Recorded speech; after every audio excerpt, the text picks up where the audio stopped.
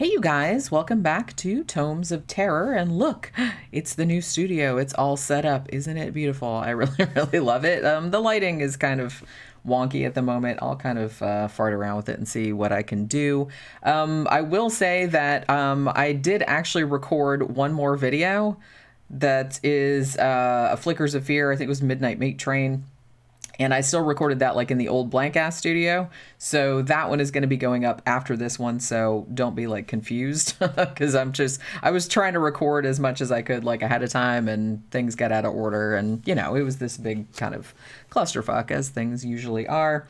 But yeah, so we're going to do a book review today in the new studio and hopefully everything works out and everything is all set up. So the book that we are talking about today, listen to this. I must be hitting the big time, you guys, because I was approached by, I believe it was Turner Publishing, who published this book. And they asked if I would like an ARC, Advanced Reader's Copy, of this particular book to read. And I was like, hey, free books, I'm all about that shit. So they went ahead and sent it to me. And this book is called The Son of Abraham by Kathleen Kaufman. So this was sent to me, and it actually, I believe it's released on October 26th. I've seen October 26th. I've also seen December 2021, but this is this is an ARC, like an advanced reader copy. So this is not the one that you'll be buying at the store. It will not have that little thing on it. I received this book and, decided I was going to read it and review it. Now, this is very interesting because prior to reading this book, I was not aware that this was the third book in a trilogy. The trilogy, I believe, is called Diabhal, I think. I'm not sure I'm pronouncing that right. Diabhal, I think, like that. So there were two books in this prior to this, and this is the third and final one, I would assume. That said, I didn't know that, and I didn't really have that much of a hard time following this. I think, like, after I finished it, I was kind of like, they're like, oh, it's the third one in a trilogy, and I was like, oh, well, probably would have helped to, like, read the other two beforehand, but I don't really think you need to. There are, like, some references, I'm assuming, to stuff that happened in the first two, but I found this a pretty fairly straightforward standalone type of story. So hopefully you will find it that way as well. Although, like I said, I would recommend reading the first two, and I probably will go back and read them as well, because I actually did like this quite a bit. So basically, this is kind of like a post-apocalyptic end of the world type deal. So if you like that kind of stuff, then you'll probably be really into this. So basically, at the first part of the book, and I think the first part for me, like the first little section, was probably the least, I don't know, because it took me a little bit to get into this book, because what it does at the beginning is that essentially there is a massive domestic terrorist attack in Los Angeles. And there's apparently this cult called the Sons of Abraham, and it's led by this dude named Alan Robertson, and he's known as the Son of Abraham. And so he's like the head of this cult, and they're apparently trying to bring about the end of the world in some sort of fashion. So there's an attack in Los Angeles, and this is like 10 years before most of the book. So at the beginning, it kind of like jumps back and forth between, it's kind of like little vignettes of like all these random people. And I don't know, like I said, I don't know if they're actually random or if they were people that were referred to like earlier on in the trilogy, because like I said, I wasn't sure. I didn't know that this was the third book in a trilogy before I read this one. So, so it might just be that these were characters that, were mentioned in the prior books, and I just didn't know who they were. Because to me, it just seemed like, oh, we're starting and there's all these like random people around Los Angeles, and they're the first thing that happens is like they're saying, oh, well, basically Los Angeles is going to be leveled in like 15 minutes. So everyone's like, there's all this chaos, like everyone's trying to get out, like everyone's trying to, maybe we can get in a plane and get far enough away, like from the blast radius, because apparently what's happened is that members of this cult have planted these massive bombs like underneath like various points in the city that's basically just going to level it and everything like within 100 miles. So, and there's no time to get everybody out like by the time they discovered it. So the first part of the book is basically going back and forth to people in Los Angeles trying to get the fuck out of there and essentially failing. I don't think that's like a spoiler alert, because there's really no way that they could get out. So after that, it jumps ahead 10 years. And what basically has happened in the interim after this terrorist attack, which killed like hundreds of thousands of people or like tens of thousands of people in Los Angeles and basically like flattened most of the city. And so what has happened in the meantime is that Alan Robertson, the head of the cult, has been caught and is in federal prison and is sitting there awaiting trial. So there's that whole thing going on. There's also his daughter, Esther, who I think is in her 20s. And she basically grew up in this cult, but really didn't seem to know like what her dad was capable of or what he was thinking about or anything like that. So it's been 10 years. He essentially killed everyone, like his wife, his other daughter, everybody else in Los Angeles, essentially. But he warned Esther for some reason and told her, hey, get the hell out of Dodge because something bad's going to happen. But he didn't tell her what it was. And so she left.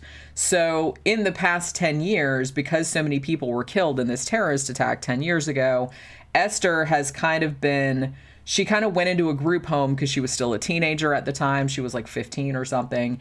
And then she's basically had to kind of like change her identity because people found out, like later, like the news media and stuff like that found out that, Alan Robertson, the head of this cult, he had a daughter and he warned her ahead of time and she was the only person that he warned. So everyone was kind of suspecting maybe she knew something, was going to go on. And so they're all trying. So she was getting like all these death threats, like she was responsible for like what her dad did, even though she was just a teenager and all this other kind of stuff. So essentially this is 10 years later and we have a newscaster named Cooper Carlson, which I think is like really funny. It's like, cause it's kind of like Anderson Cooper and Tucker Carlson together. I don't really know. So he's like this kind of like hard hitting news guy. And he sort of was just kind of like a local guy until the terrorist attack from Los Angeles 10 years ago, which kind of made him like a national sensation because he was the one that covered it. He was the first one on the scene and all this other stuff. So now he's like a national celebrity essentially. And he's kind of like the guy that you go to, like when you want to cover like this big, massive, horrible disaster. So he essentially also tracked down Esther Robertson, the daughter of the cult leader. And so he was able to find her and score an interview with her. So very near to the beginning of the book. Like I said, the first part of the book is kind of like 10 years ago and just kind of goes back and forth to random people like getting fucked up in the terrorist attack. And then it jumps forward to Cooper Carlson interviewing Esther like on the news, which is good because it gives you kind of like a little bit of a backstory. Like maybe if it kind of gives you an into the story. Over the course of the story, like I said, this hasn't even come out yet, this book. It doesn't come out till October 26th, I believe. So I don't want to spoil too much about it. But what the bulk of the book is, it's basically going back. There's a bunch of other characters like, auxiliary characters, ancillary characters, whatever. But it's basically focused on Esther and Cooper Carlson, the news guy, and also Alan Robertson and him being in prison and him being maybe a little bit more than a cult leader and maybe being able to pull off some shit that they're not really entirely sure like how he's able to pull it off. You know what I'm saying? So that's kind of all I'm going to say about that. But so the rest of the book is Esther trying to figure out where his next attack is, because there's on the 10-year anniversary there's like another attack which maybe could be construed as a terrorist attack, but it maybe also could be like a natural disaster. They're not really sure. And Alan, the son of Abraham, like has all these followers who do things for him and various other things. So it's Esther basically she's kind of, her and Cooper are kind of at odds at the beginning because he seems to think that maybe she knew something about what her dad was up to and maybe she's like clued into what he's doing and like maybe she's not telling the absolute truth about everything.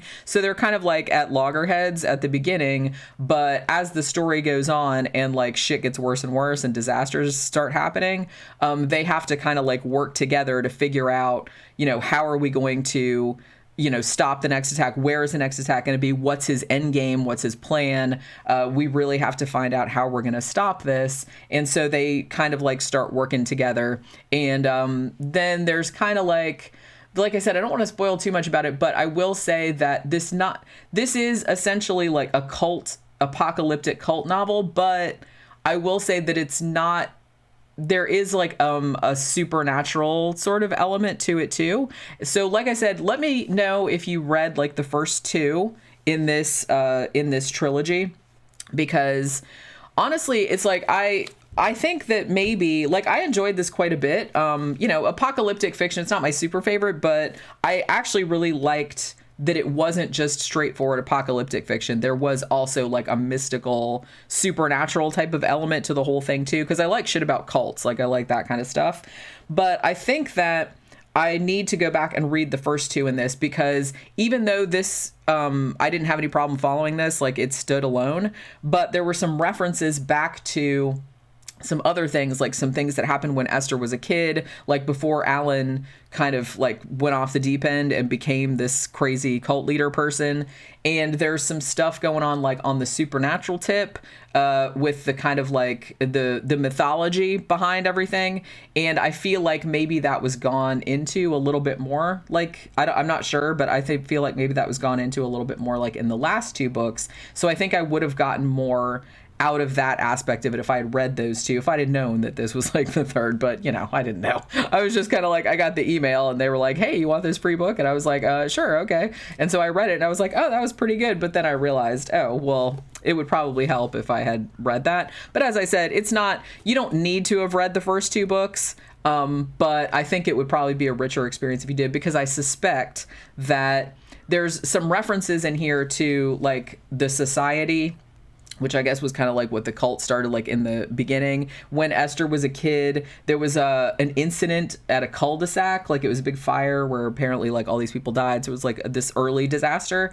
And I feel like it's only mentioned a couple times in here. So that was probably gone into like a lot more like in the earlier books. And maybe, like I said, some of the mythology, because like I said, there is kind of like a supernatural, it almost seems like, I want to say it almost seems like a Celtic mythology kind of, but I'm not entirely sure about that, but that's kind of what it seemed like from the names and everything. But yeah, honestly, read the first two books first. But if you don't want to, I mean, this is a perfectly good book just as a standalone, particularly if you like stuff about like doomsday cults, if you like stuff about, like I said, sort of Celtic-y mythology a little bit, and also like big disaster shit, because that's pretty much, a lot of this is just kind of like this crisp, like action-packed sort of just people getting fucked up, like thousands of people getting fucking killed in horrible, horrible ways, like bombings, earthquakes, like all kind of shit like that. So if you like real apocalyptic fiction, you know, just thousands of people dying in terrible ways, you know, end of the world shit, then you will probably really dig this. But yeah, like I said, I really appreciate Turner Publishing for sending this to me. It was actually really fun, a really fun, enjoyable read. Like I said, I kind of wish I had read the first two books in the series prior to that, but I will rectify that situation and maybe like give this one a reread too, like after that happens, so I can see like how it all kind of fits together. But like I said, this is perfectly good standalone too if you didn't read the first two. So, you know, so that will do it for this Tomes of Terror, and I will see you guys on the next one. Bye.